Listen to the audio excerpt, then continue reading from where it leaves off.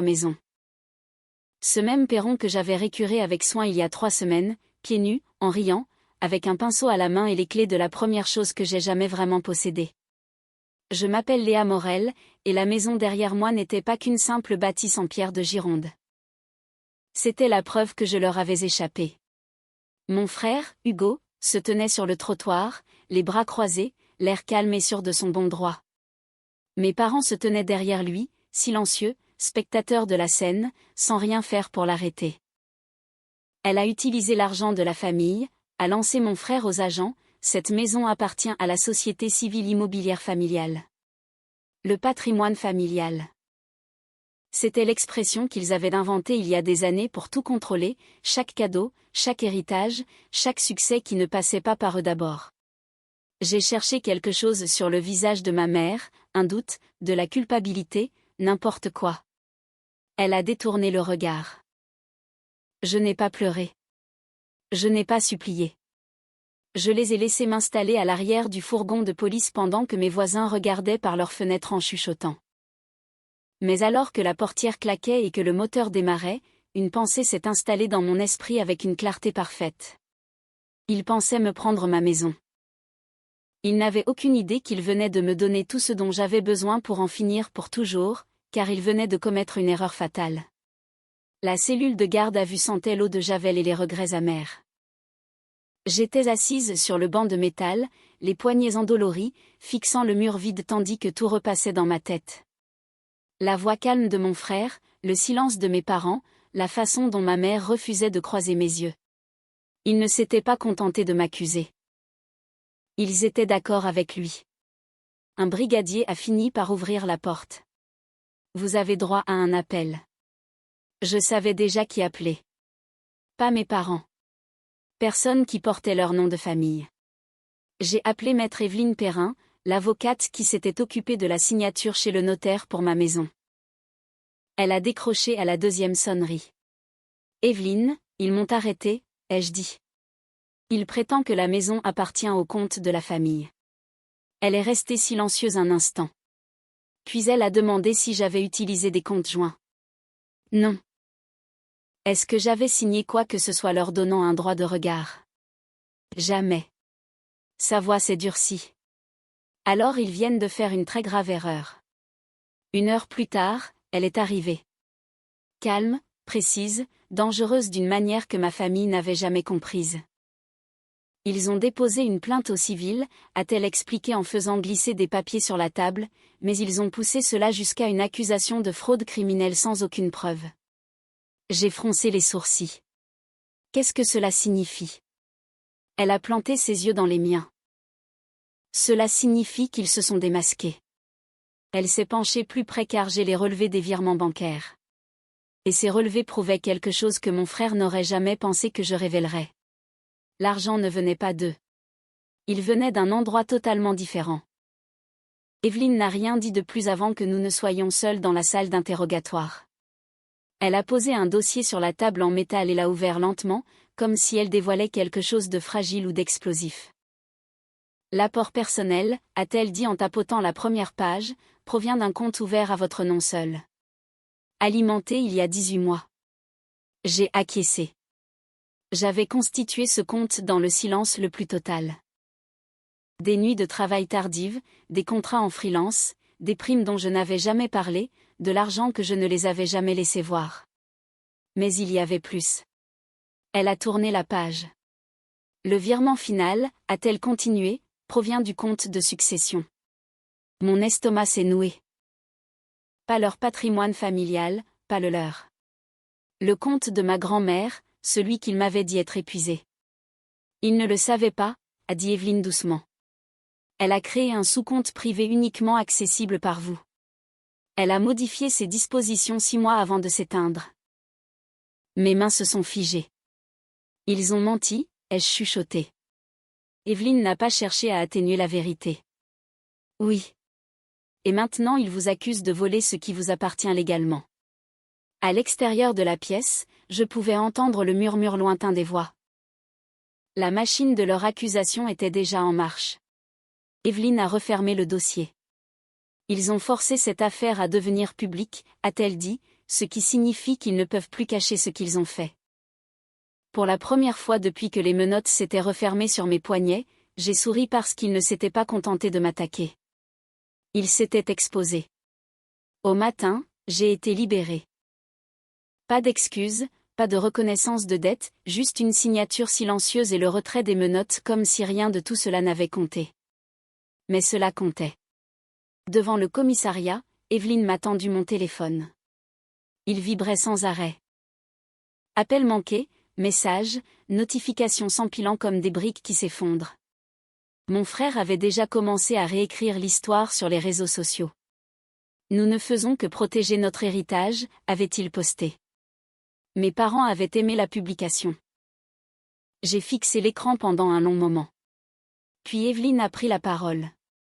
Ils ont déposé une requête en urgence pour geler la propriété. Ma poitrine s'est serrée. Peuvent-ils le faire? Elle a secoué la tête. Pas avec ce que j'ai en main. Elle m'a tendu un autre document. Pas seulement le virement de la succession. Pas seulement les relevés bancaires. Une lettre signée par le généalogiste et le notaire de ma grand-mère confirmant que les fonds avaient été intentionnellement cachés au reste de la famille pour me protéger précisément de ce genre de situation. Elle savait. Elle les avait vus clairement. Ils vous ont accusé publiquement, a dit Evelyne, ce qui signifie que nous pouvons répondre publiquement. J'ai regardé les portes du commissariat, l'endroit où ils pensaient m'avoir brisé. Ils voulaient le contrôle, ai-je dit calmement. Evelyne a hoché la tête. Et maintenant, a-t-elle répondu, ils nous ont donné un moyen de pression immense. Pour la première fois, je ne subissais plus. Je planifiais et ils n'avaient aucune idée de ce qui les attendait. 2 jours plus tard, ils sont venus à la maison. Pas avec la police cette fois. Pas avec des accusations hurlées sur le trottoir. Juste mon frère debout, raide sur le perron, comme s'il était encore chez lui. J'ai ouvert la porte mais je ne l'ai pas invité à entrer. Tu as prouvé ce que tu voulais, a-t-il dit en évitant mes yeux. Tu as fait honte à la famille. J'ai failli rire. Tu m'as fait arrêter. Il a tressailli très légèrement. Tu n'aurais pas dû utiliser l'argent de mamie dans notre dos. Dans leur dos, comme si j'avais jamais fait partie de leur cercle. J'ai brandi la lettre qu'Evelyne m'avait donnée. Elle me l'a laissée à moi. Pas à toi. Pas à votre société. À moi. Il a fixé le papier comme s'il pouvait disparaître s'il clignait des yeux assez forts. Tu es en train de déchirer notre famille, a-t-il dit doucement. Non, ai-je répondu. Tu as fait ça quand tu as appelé la police. Il n'a eu aucune réponse à cela. Derrière lui, mes parents étaient assis dans la voiture, regardant, attendant. Il ne m'avait toujours pas parlé, ne m'avait toujours pas demandé si j'allais bien. Il s'est détourné pour partir. Et pour la première fois, j'ai vu clair en lui. Il n'était plus confiant. Ils avaient peur parce qu'ils avaient franchi une ligne de non-retour. Et maintenant, c'était eux qui avaient tout à perdre. La date d'audience a été fixée plus tôt qu'ils ne l'espéraient. Les procédures d'urgence sont un don pour accélérer la vérité, surtout quand quelqu'un utilise le système judiciaire comme une arme. Evelyne était assise à côté de moi dans la salle d'audience, calme et précise. De l'autre côté de l'allée, mon frère évitait mon regard. Mes parents étaient assis derrière lui, rigides, leur assurance s'effritant, leur silence se faisant pesant. Leur avocat s'est levé le premier. Il a parlé de biens familiaux, de fonds détournés et d'héritage partagé. Il rendait cela propre, raisonnable. Puis Evelyne s'est levée. Elle n'a pas élevé la voix. Elle n'en avait pas besoin. Elle a remis au juge les documents de la succession, les preuves de virement. La lettre signée confirmant que ma grand-mère avait délibérément protégé ses fonds du reste de la famille. Le juge a lu en silence, puis a levé les yeux. Monsieur Morel, a-t-il dit à mon frère, cette propriété ne fait partie d'aucun fonds familial partagé.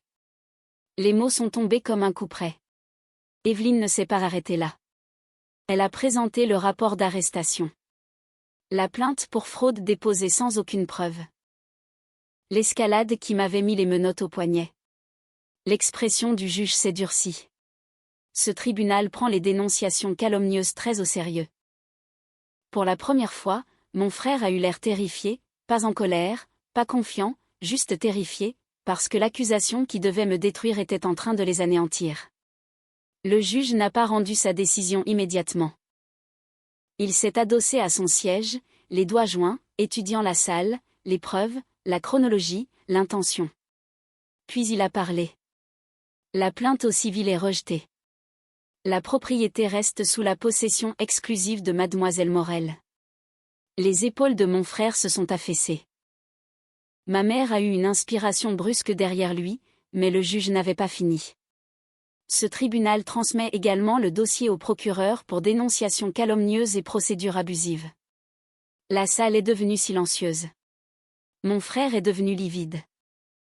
Mon père a enfin posé les yeux sur moi, pas avec colère, mais avec quelque chose de nouveau, du regret. Ils s'étaient attendus à m'intimider. Au lieu de cela, ils s'étaient piégés eux-mêmes.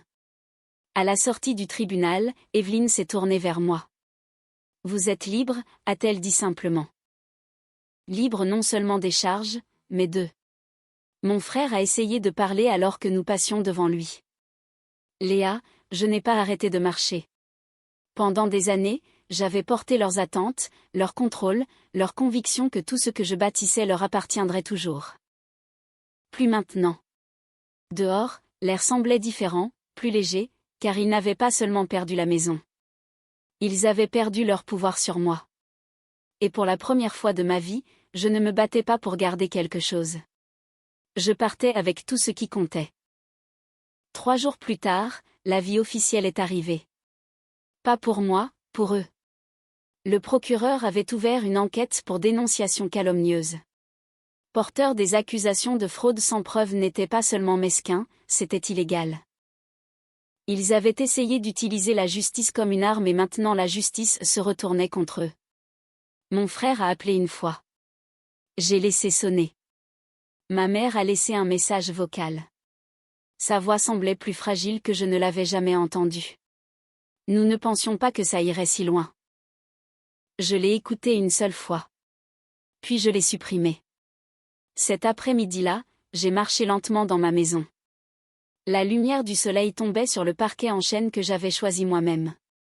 Les murs sentaient encore un peu la peinture fraîche. Chaque recoin portait la preuve de quelque chose qu'il n'avait jamais cru que je pourrais faire seul. Cette maison n'était pas qu'un bien immobilier. C'était mon indépendance. C'était la vérité. C'était à moi. Dehors, le quartier était calme. Pas de voiture de police, pas d'accusations, pas de regards inquisiteurs, juste la paix. Ils avaient essayé de tout me prendre, ma maison, mon nom, ma liberté. Au lieu de cela, ils avaient exposé leurs mensonges et m'avaient offert la seule chose qu'ils ne pourraient jamais récupérer, ma propre vie. Cette histoire est un rappel puissant que la famille n'est pas toujours synonyme de soutien et de sécurité. Parfois, ceux qui devraient nous protéger le plus sont ceux qui essaient de nous freiner par peur de perdre leur contrôle. Dans ce récit, Léa a dû affronter une trahison ultime pour enfin obtenir sa liberté. C'est une situation que beaucoup de gens vivent en silence, celle de la pression familiale et de l'abus de confiance sous couvert d'héritage ou de tradition. La justice finit par triompher, mais le coût émotionnel est immense. La force de Léa réside dans sa prévoyance et son silence, prouvant que construire sa propre indépendance dans l'ombre est parfois la meilleure stratégie de défense. Et vous, avez-vous déjà dû vous battre contre votre propre famille pour faire respecter vos droits ou votre indépendance? Pensez-vous que Léa devrait pardonner à ses parents après leur message de regret, ou a-t-elle raison de couper les ponts définitivement?